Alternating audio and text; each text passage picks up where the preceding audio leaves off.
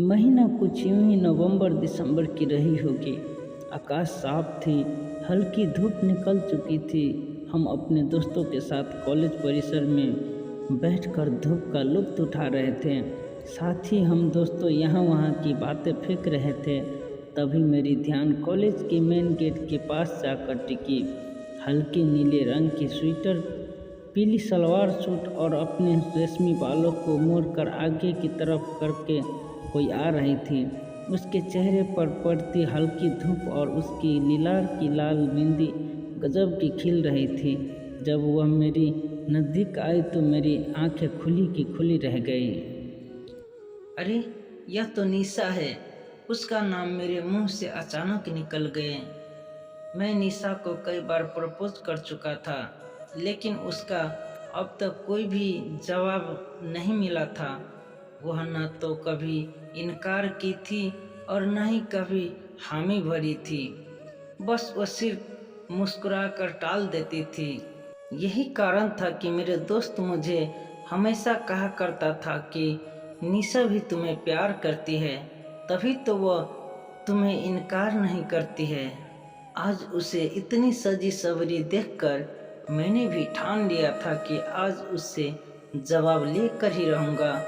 अब हम लोग क्लास में जा चुके थे, लेकिन जैसे ही ब्रेक में मौका मिला उसे पूछ ही लिया, निशा, मैं तुमसे एक बात पूछना चाहता हूँ। मैं अपनी आवाज़ों को दबाते हुए बोल ही रहा था कि उसने मेरी बातों को काटते हुए बोली, ठीक है, आज तुम कुछ नहीं कहोगे, मैं ही कहती हूँ। यह सुनकर मेरी धड़कनें तेज से धड़कने लगा। पूरी शरीर में बिजली सी चमक गई। पर उसने जो कही आवाज़ सुनकर मेरी खुशी का ठिकाना नहीं था।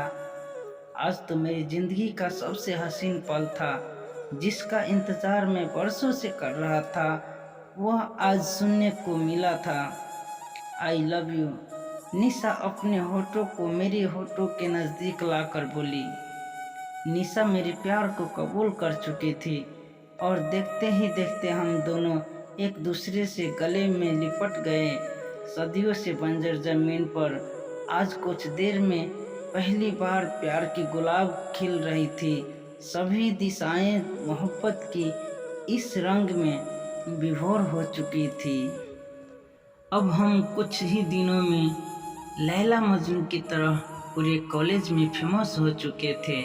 हमारे सभी दोस्त निशा को भाभी कहकर बुलाने लगे थे। इसके बाद हम दोनों कई बार साथ में घूमे, मस्ती किए, कभी इस पार्क में तो कभी उस पार्क में।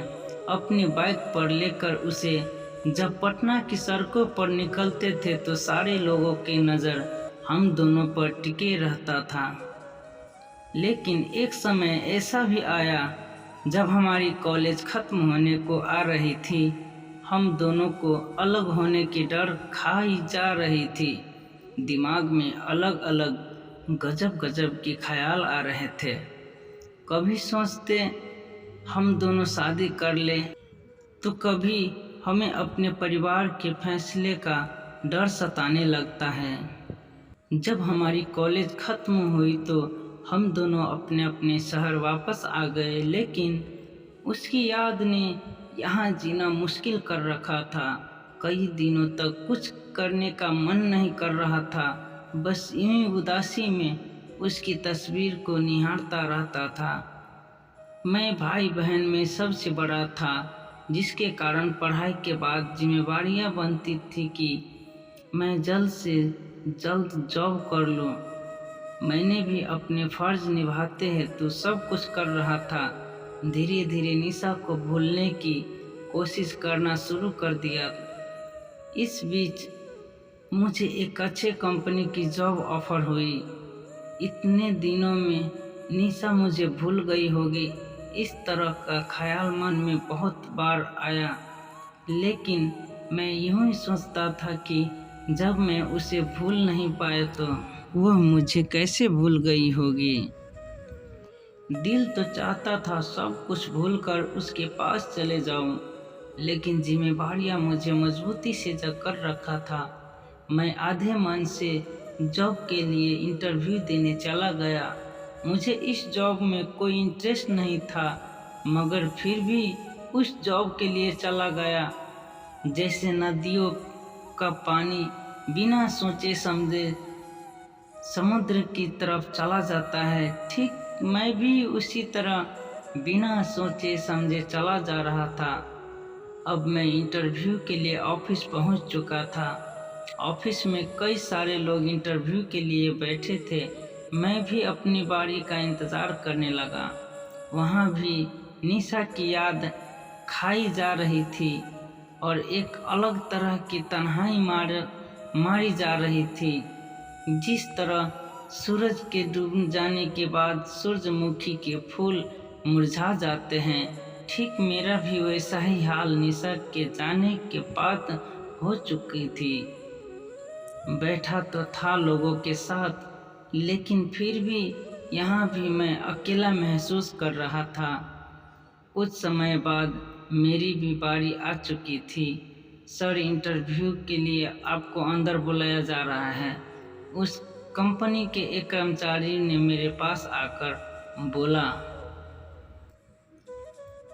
ओके कहकर मैं ऑफिस के दरवाजे को हल्के से धक्का देकर अंदर गया।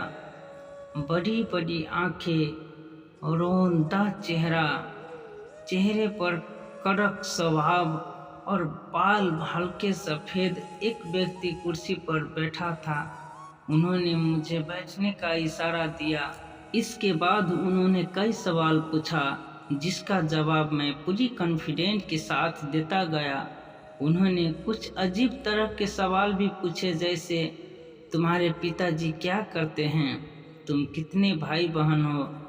इन सवालों के अलावा और भी कई सवाल पूछे, पर मैंने सभी प्रश्न का जवाब बिल्कुल सही देता गया। क्या किसी से प्यार करते हो? उनका यह प्रश्न सुनकर मैं स्तंभ रह गया। भला जॉब के लिए इस तरह का प्रश्न कौन पूछता है? मैंने इस प्रश्न का जवाब खामोशी रहकर ही देना उचित समझा। इस प्रश्न को सुनकर ऐसा लग रहा था यह जॉब इंटरव्यू कम और मैरिज इंटरव्यू ज़्यादा लग रही थी। तुम मुझे बहुत पसंद हो, उन्होंने बोला। अपने दाएं हाथ से रिंग बेल का बटन दबाकर किसी को बुलाया। इन्हें लेकर मैडम की केबिन में जाओ, उन्होंने आदमी को आने के बाद कहा। मैं उस आदमी के साथ दूसरे केबिन की तरफ चला गया। मन मचल रहा था। मैं मन ही मन सोचता जा रहा था, नौकरी मिलेगी या ऐसे ही वापस लौटना पड़ेगा। अगर नौकरी मिल जाए तो अच्छी, वरना। मैं जब दूसरे केबिन के अंदर गया तभी मुझे आवाज़ सुनाई दी, साहब बोलो कितना सैलरी लोगे? जब मैं कुर्सी पर बैठा देखा तो मेरी आंखें खुली की खुली रह गई। पूरी शरीर में बिजली सी दौड़ गई। चेहरे पर हल्की मुस्कान लिए कुर्सी पर निशा बैठी थी। मैं तो निशा को देखकर हक्का बक्का सा देखता रह गया। तभी वह मुझे बोली, क्यों साहब चौंक गए? मैंने कहा, निशा तुम्हें क्या लगा था हम तुम्हें भूल गए? मैं भी तुम्हें उतना ही मिस करती थी जितना कि तुम करते थे, निशा ने कही। फिर हम दोनों ने एक दूसरे को गले लगा लिया। कुछ पल तक तो कहीं हम एक अलग सी दुनिया में खो गए। जैसे लग रहा था कि किसी दिवालिया हुए इंसान को उसका पूरा संपत्ति फिर से वापस मिल गई हो। निशा ने बताई कंपनी उसकी पापा की ही है और निशा ने खुद बोलकर ही मेरे नौकरी के लिए ऑफ़र दिलवाई थी, क्योंकि मेरे बारे में निशा अपने पापा से बात कर चुकी थी और पापा उसके मुझसे मिलना चाहते थे। अब तो हम दोनों मिल चुके थे। उसके बाद हम दोनों की शादी हमारे परिवार की रजामंदी से कर दिया गया। जन्मों जन्म तक साथ निभाने की वचन देकर आज हम दोनों साथ हैं। मैं बहुत खुश हूँ कि मुझे मेरा पहला प्यार मिल गया और भगवान से प्रार्थना करता हूँ मुझे अगले जन्म में भी इतना ही प्यार करने वाली निशा ही मिले। न चाहत है मुझे इन सितारों की, न चाहत है इन बहारों की, न चाहत है मुझे इन सितारों की, न चाहत है मुझे इन बहारों की। तू हमेशा मेरे साथ रहे, यही चाहत है तेरी दीवानों की। दोस्तों, ये कहानी कैसी लगी आप लोगों को? यदि अच्छा लगे तो आप लोग कमेंट में ज़रूर लिखना। और साथ ही साथ मैं जानना चाहता हूँ कि हमारे कितने दोस्त को पहला प्यार नसीब हुआ है। प्लीज़ कमेंट में लिख दे ताकि हम भी जानें कितने लोग को पहला प्यार नहीं मिला और कितने को मिला।